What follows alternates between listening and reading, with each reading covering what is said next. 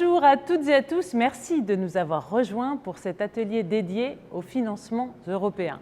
Alors vous le savez, la Banque des territoires accompagne nos collectivités et les acteurs de leur écosystème avec des solutions sur mesure, en conseil et en financement, avec des financements en prêt et en investissement. Une partie des ressources mobilisées est européenne. Alors, comment faciliter l'accès à ces financements européens? Quel est le rôle de la Banque des territoires? D'où viennent les financements? À quels projets sont-ils destinés? Voici quelques-unes des questions auxquelles nous allons répondre avec nos invités. Alors, j'ai le plaisir de vous présenter à mes côtés Bruno Coquemont de la direction des prêts de la Banque des territoires, département du développement, en charge du développement des offres avec les partenaires externes. Bruno Coquemont, soyez le bienvenu. Bonjour Elsa.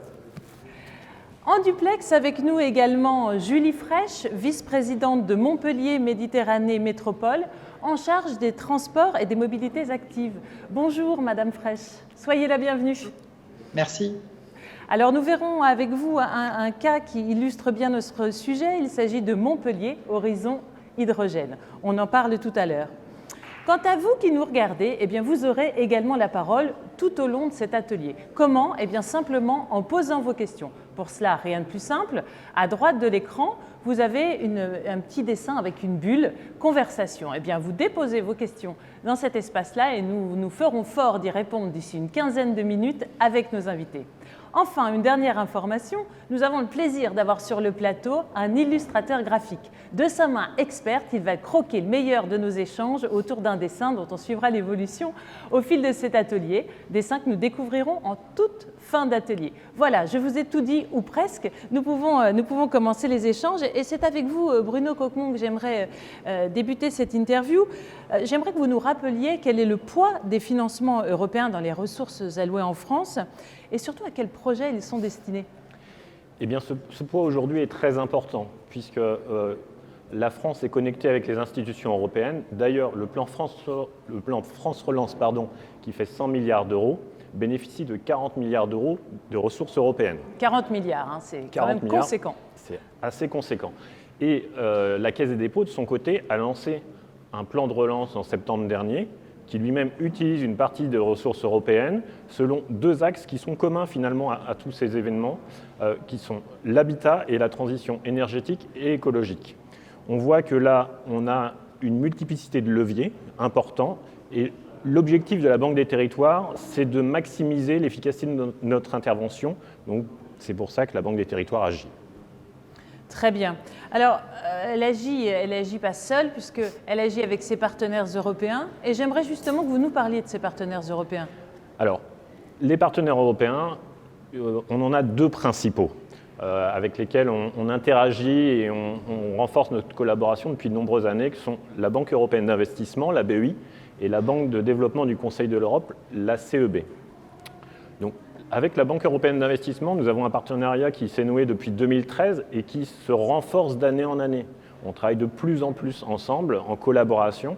On a notamment déjà financé les collectivités territoriales et également financé la construction et la réhabilitation thermique des logements sociaux. De son côté, la Banque de développement du Conseil de l'Europe nous a permis de mettre en place des financements dédiés à l'habitat spécifique depuis 2017 déjà. Et ce financement a été renouvelé récemment en début d'année. Au global, et c'est effectivement assez massif, on a actuellement à notre disposition 1 milliard d'euros de ressources, 1 milliard quand même, ce qui n'est pas rien, 1 milliard d'euros de ressources dédiées à la transition énergétique des collectivités territoriales, 500 millions d'euros qui sont dédiés aux constructions de logements sociaux, tout ça qui nous est apporté par la Banque européenne d'investissement, et 150 millions d'euros pour l'habitat spécifique, la rénovation et la construction des logements dans l'habitat spécifique. Par ailleurs, il faut noter qu'en fin d'année dernière, on a lancé une coopération avec une plateforme de financement cofinancée avec la BEI pour le verdissement des flottes de bus des collectivités territoriales, avec un financement innovant qui a un taux d'intérêt qui évolue en fonction du prix de l'électricité pour maîtriser le coût de cette transition énergétique. Les prêts performantiels, c'est bien ça? C'est des obligations performantielles. Les obligations exactement. Performantielles, Un tout mécanisme à fait. un peu complexe, mais qui a tout son intérêt dans le contexte actuel. Alors, j'aimerais qu'on revienne sur votre rôle précisément. On entend qu'il y a des ressources importantes allouées sur 2 thèmes, on y reviendra, à la fois la TEE et l'habitat, si je schématise les 2 grands axes. Quel est votre rôle, vous, en tant que Banque des territoires, vis-à-vis de ces financements par rapport au projet? J'entends souvent dire que vous opérez pour le compte d'eux, c'est-à-dire? Alors, on va découper ça en 2 actions. Il faut bien voir que le côté européen peut paraître un peu lointain pour nos collectivités territoriales. C'est parfois quelque chose d'un peu conceptuel. L'Europe, c'est compliqué, l'Europe, c'est loin. Donc nous, ce qu'on fait, c'est qu'on rend accessibles ces financements européens. Aujourd'hui, nos partenaires n'ont pas les structures pour aller adresser les projets dans tous les territoires. Et c'est dans ce sens-là que la Banque des territoires agit, puisqu'elle va assurer l'accès à tous les emprunteurs dans tous les territoires à des conditions identiques pour pouvoir financer à la fois des gros et des petits projets qui, sans notre action, n'auraient pas accès directement à ces financeurs. Donc ça, c'est le premier rôle. On va intermédier le financement. Le deuxième rôle, c'est un rôle qui est plus récent, qui réside plutôt dans la veille qui est mise en place par notre direction des relations institutionnelles, qui nous permet d'être toujours à jour sur les dispositifs mis en place par la Commission européenne et notamment de pouvoir bénéficier des subventions de la Commission européenne qui aujourd'hui nous délègue le sourcing, pour utiliser un mot anglais, mais avec l'Europe c'est souvent en anglais, c'est ça. Le sourcing et pour remonter les projets, les structurer et pouvoir allier notre action et l'action de la Commission européenne. Très bien, alors si on résume, vous venez de parler de ce rôle de veille, donc vous assurez une veille sur les dispositifs, vous facilitez l'accès à ces ressources. On va voir que beaucoup de choses se font. Vous facilitez l'accès au financement, et au financement sur 2 axes prioritaires, je le rappelle, l'habitat et la TEE. J'aimerais qu'on fasse un premier point sur l'habitat, si vous le voulez bien. Je suppose que vous avez quelques projets à partager avec nous. Oui, alors l'habitat, le logement, c'est notre quotidien. C'est un sujet extrêmement important, on le voit.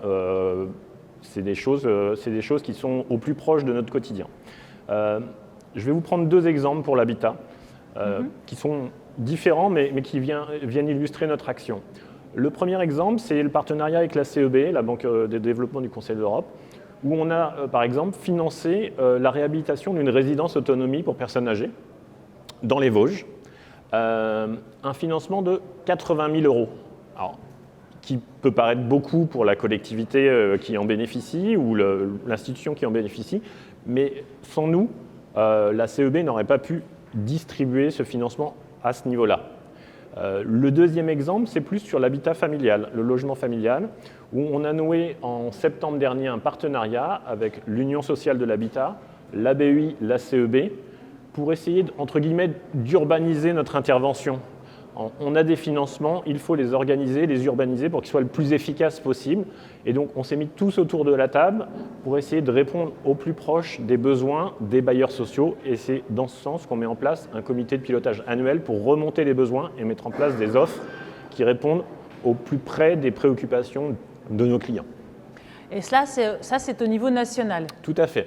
Ça, ce qui est intéressant dans cette démarche-là, je vous fais préciser 1 ou 2 points, c'est que là, on voit bien d'un côté, il y a un petit projet, vous disiez dans les Vosges, 80 000 €, et puis l'autre projet que vous venez de mentionner, c'est un projet là à l'échelle nationale avec une réflexion beaucoup plus structurée pour justement pouvoir rayonner sur l'ensemble du territoire avec l'ensemble des acteurs, c'est-à-dire les bailleurs sociaux principalement. Tout à fait. Donc c'est un toujours projet. La logique, c'est un financement pour tous les emprunteurs dans tous les territoires, aux mêmes conditions, et c'est là où on apporte en plus notre technicité, puisqu'on arrive à fournir la même offre. C'est notre ADN, c'est l'ADN de la Banque des territoires, la même offre à tout le monde, au même tarif. Donc la même offre à tout le monde au même tarif, c'est-à-dire que vous adaptez, vous trouvez les solutions pour que ce soit possible. Oui, tout à fait. Et ça, c'est un point qu'il fallait souligner. Alors, le deuxième axe de financement, vous l'avez mentionné, c'est évidemment la TEE, cette fameuse transition écologique et énergétique qui est au cœur et du plan de relance et des actions de la Commission. Alors, pour illustrer ces financements européens, je vous propose de découvrir avec vous, Madame Fraîche, vous êtes à Montpellier, vous êtes en duplex de Montpellier avec nous, de découvrir avec vous un projet. Il s'agit de Montpellier Horizon Hydrogène. Alors j'aimerais que vous nous expliquiez quel est ce projet, s'il vous plaît, madame. Très clairement, nous avons une politique extrêmement ambitieuse en matière de transport et d'énergie décarbonée. Donc nous avons engagé des réflexions afin de prendre part au plan hydrogène, qui est l'outil d'avenir de la transition énergétique, qui a été annoncé par le ministère dès juin 2018. À partir de là, nous avons développé le projet Montpellier Horizon Hydrogène, qui consiste à investir dans une flotte de 51 bus à hydrogène en 2 tranches. Une première tranche de 21 bus, puis ensuite 30 bus. C'est un projet qui associe la production, la distribution, les usages de l'hydrogène pour ces bus. C'est vraiment un projet global qui comprend une production d'électricité photovoltaïque pour faire de l'hydrogène vert, donc dédié à la production d'hydrogène par électrolyse. C'est un projet qui permettra un stockage de l'hydrogène, des stations de distribution publiques et privées. Aujourd'hui, la première tranche du projet porte sur l'acquisition d'une flotte de 21 bus et la construction d'un projet de dépôts et de centres de maintenance dédiés. Ces bus qui rouleront à l'hydrogène circuleront dans un premier temps après la mise en service de 2 nouvelles lignes de bus à haut niveau de service sur le territoire de la métropole de Montpellier à partir de septembre 2023. Le montant de ce projet est de 29 millions d'euros. C'est un projet vertueux à plus d'un titre, notamment sur les économies générées par l'acquisition de ces bus. Nous allons réaliser une économie de 460 litres de carburant et une économie de 1152 tonnes de gaz à effet de serre. Donc le but, c'est vraiment de réduire nos émissions de dioxyde de carbone. Merci d'avoir retracé pour nous les grandes lignes de ce projet. Donc on l'entend, un projet très complet avec de la production d'hydrogène, je vais retrouver le terme. L'énergie photovoltaïque. D'énergie photovoltaïque, merci Bruno. Donc d'énergie photovoltaïque qui vont elles-mêmes alimenter ces bus à hydrogène. Donc là, on est dans une transition très forte, une transition à laquelle la Banque des Territoires a pris part dès sa genèse. Et j'aimerais que vous reveniez pour nous, s'il vous plaît, Madame, justement, sur l'implication de la Banque des Territoires dans ce projet. Bien sûr, l'implication et la participation de la Banque du Territoire dès le départ a été évidemment un atout très important pour arriver notamment à répondre aux différents appels à projets, dont l'appel à projets de la Commission européenne. La Banque du Territoire participe autour de table de la société de projet qui va porter l'investissement de la production en hydrogène. Il y a différents acteurs aussi, c'est Énergie du Sud, c'est la Banque des Territoires, c'est Inamix qui est la filiale dédiée à l'hydrogène pour EDF. Très bien, donc on l'entend, une prise de participation dès l'origine dans cette société justement qui va permettre de produire cette électricité photovoltaïque. Alors, quelle était votre demande pour justement la réalisation de la première tranche? On a entendu un projet en 2 tranches, une première tranche avec 21 bus. Nous y sommes. Quelle a été la demande de la métropole auprès de la Banque des Territoires pour vous accompagner dans cette première partie du projet? Bon, d'abord, effectivement, c'est à travers le mécanisme du Blending Facility qui associe des subventions à des instruments financiers. Ça nous a permis effectivement de pouvoir accéder à des prêts à taux bonifiés, des prises de participation. Évidemment, le choix de la Banque des Territoires a été privilégié car c'est un opérateur historique de l'économie mixte qui est présent au capital de la société Énergie du Sud et cela a facilité la prise de participation dans la société de financement. Donc c'est vrai que la présence de la Banque des Territoires a été majeure, notamment sur la compréhension des mécanismes de l'appel à projet pour y répondre convenablement et finalement finaliser la complétude de notre dossier, mais aussi en termes d'ingénierie pour accéder à ces financements européens.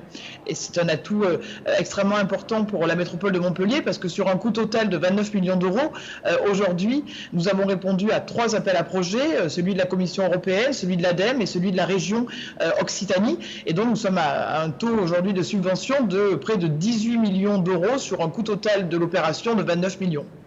Ah oui, donc effectivement, ces subventions étaient vitales et on y reviendra pour ce projet. Bruno Coquemont, on l'entend, on est sur un accompagnement extrêmement complet. Est-ce que vous voulez ajouter quelques éléments sur cet accompagnement, sur ces prêts intermédiaires notamment?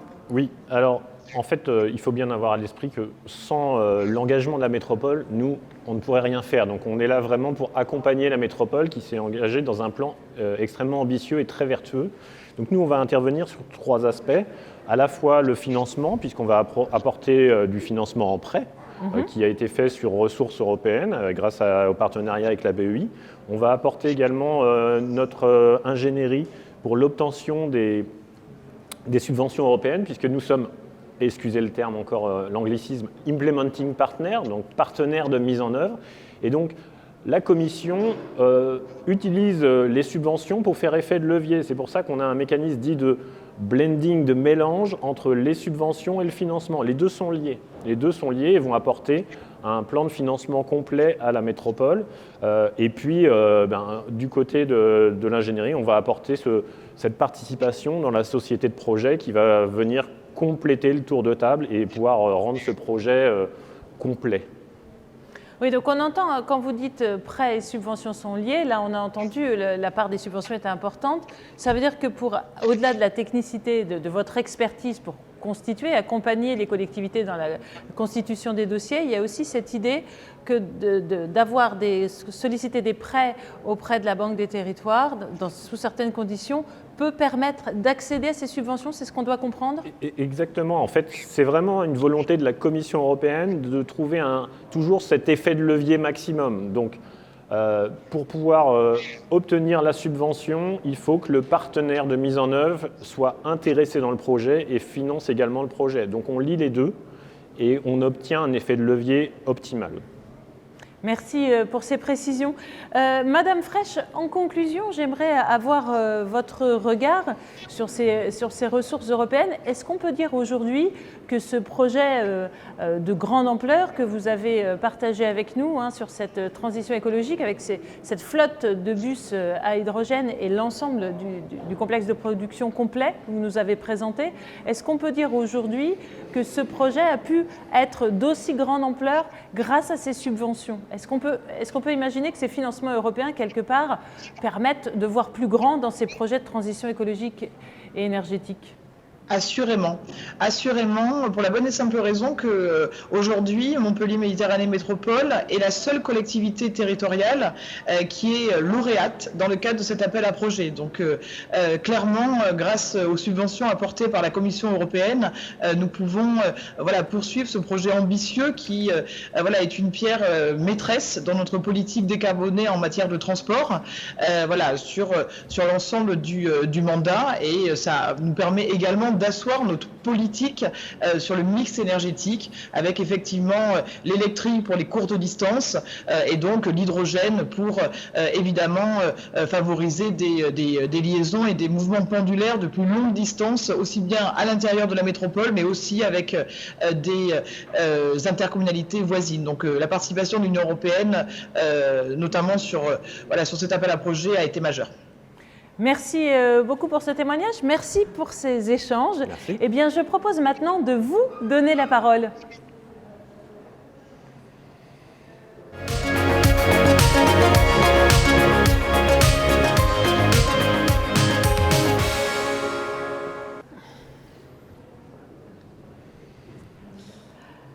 Alors, vous avez posé vos questions et nous allons maintenant y répondre avec Bruno Coquemont et Madame Julie Fraîche.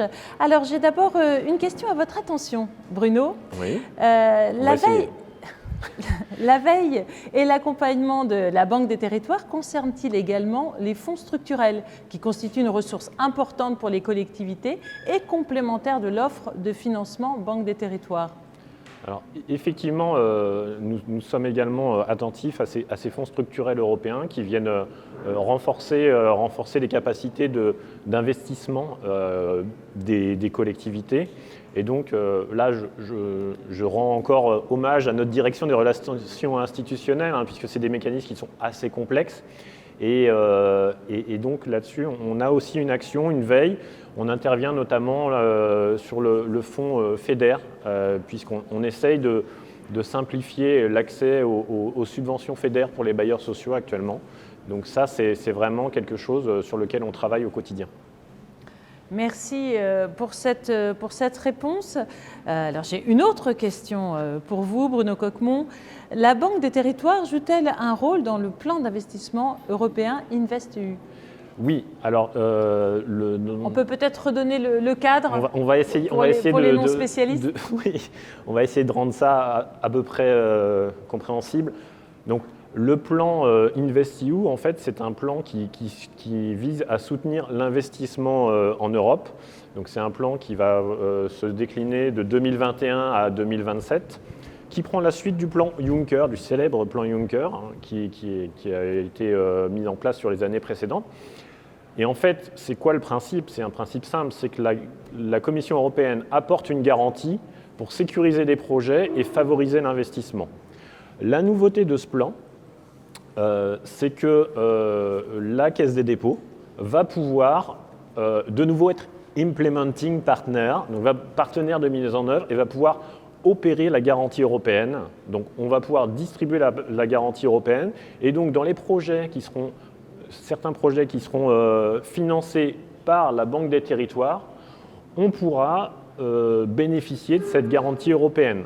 Donc, le process est un peu complexe et un petit peu long. On est en train de finaliser, mais j'ai bon espoir qu'on arrive prochainement à être validé en tant qu'implementing partner et distribuer cette garantie européenne.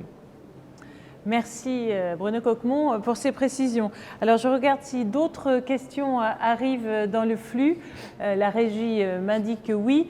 Je profite, Bruno Coquemont, de votre présence. Peut-être pour revenir en attendant les questions, on laisse encore un peu de temps à notre audience pour les rédiger et les poser. Le sujet est riche. Pour revenir peut-être un mot sur ce projet que nous avons partagé avec la métropole de Montpellier, en termes de volonté vraiment de la Commission européenne d'assister ces projets-là. Est-ce que là, on peut parler d'un symbole fort? Oui, effectivement, parce que en fait, la Commission européenne cherche vraiment à développer ces axes, donc l'axe de la transition énergétique et écologique. Pour prendre un chiffre, vous savez, donc comme je le disais, on va boucler la boucle. En début d'intervention, je disais le plan de relance France Relance, c'est 100 milliards d'euros, dont 40 milliards d'euros qui sont apportés par la Commission européenne. Sur ces 40 milliards d'euros, il y en a 37% qui sont fléchés sur la transition écologique. Donc c'est assez massif et clairement, aujourd'hui, ce que cherche à faire la Commission européenne, c'est bénéficier de l'expertise et du réseau de ces partenaires européens que sont la Caisse des dépôts, la Banque des territoires, pour pouvoir apporter les subventions au plus proche des territoires, avoir la plus grande efficacité possible et rendre ça le plus simple possible. Et ça, c'est vraiment ce qui est assez nouveau. Et on entend bien, et on peut l'imaginer, que pour des collectivités non expertes, je pense à des nouvelles équipes fraîchement élues, qui ne sont pas rompues à ces exercices-là, qui n'ont pas forcément l'ingénierie en interne pour maîtriser ces questions. La bonne solution, c'est donc d'aller frapper à la porte de la Banque des territoires, où là, vous avez cette expertise pour les accompagner. On l'a vu sur des projets qui peuvent être parfois très petits à l'échelle européenne, mais très grands pour les collectivités. J'ai une autre question pour vous, Bruno Coquemont. Quel est le lien entre la Banque des territoires et les groupes d'action locale? Alors ça, c'est une excellente question à laquelle je ne saurais pas répondre. Les groupes d'action locale, je vous avoue que j'avoue ma méconnaissance du sujet. Alors les groupes d'action locale, moi je n'ai pas d'oreillette pour me souffler la réponse. C'est les supports, c'est les GAL, ce sont les supports de la politique leader. Et donc effectivement de la politique, voilà, notamment pour les zones rurales. Donc je pense qu'effectivement il y a des instruments là pour le coup pour ces territoires-là qui sont des territoires d'ingénierie pour pouvoir effectivement, mais je sais que là ce sont des instruments qui sont en train d'être refondus. Merci beaucoup Julie Frech de nous avoir expliqué ce qu'étaient les... Merci de m'avoir sauvé. Voilà, Bruno Coquemont vous remercie également. Est-ce que Voilà, bien, je crois que nous avons fait le tour de nos questions. Visiblement, vous avez été extrêmement pédagogue parce que je sais que l'audience est nombreuse.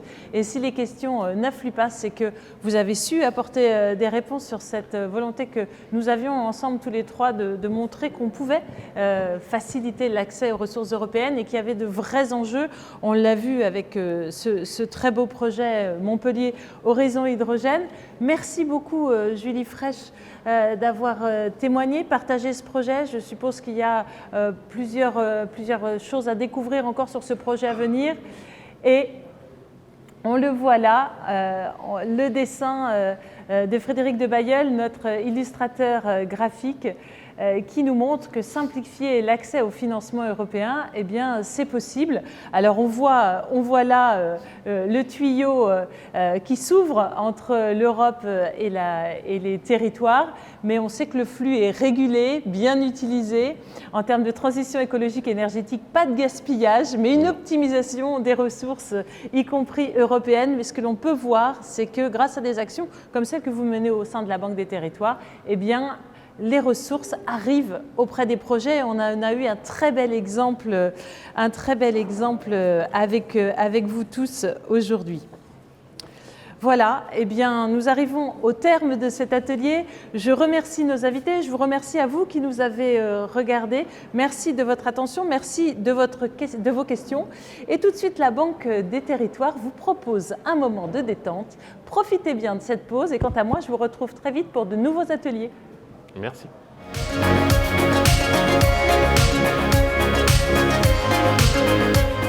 Bonjour, 2 minutes et demie d'automassage, allons-y. Donc on se frotte les mains vigoureusement, c'est pour l'énergie, pour avoir des mains toniques. L'autre côté, voilà, ça fait vraiment... N'hésitez pas, hein, vous ne faites jamais mal, ne vous inquiétez pas. Maintenant on va se frotter les mains pour la chaleur, pour qu'il y ait plus de sang. Encore une fois, pour avoir des mains efficaces. On va partir sur les trapèzes, la main posée, et là, on attrape les muscles profondément et on tire vers l'avant. Profondément, on tire vers l'avant. C'est la pression contre les tensions. Les côtés, ah, ça fait du bien là. Vraiment, là, c'est là qu'on a mal en fait. Je vais me tourner pour vous montrer les points qui sont les plus relaxants. Donc le trou occipital et toute la crête, mais surtout le trou là. Voilà. Parfait, continuez, n'ayez pas peur de faire de la pression. Et maintenant, tout le crâne.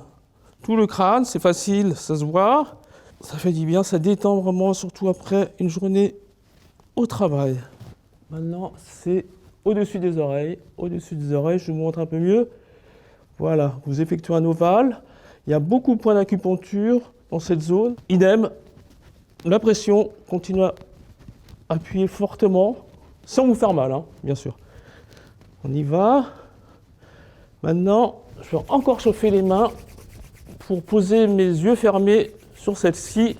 Ça permet de les détendre. Excellent. Après une journée de travail devant l'ordinateur, on peut continuer l'opération plusieurs fois. Allons-y. Et voilà, le sur. Les sinus, on les prend et on met sur les tempes. Sinus un peu plus haut, hop. Sur les tempes. Ça, c'est contre les maux de tête. J'espère que cela vous a fait du bien. Merci.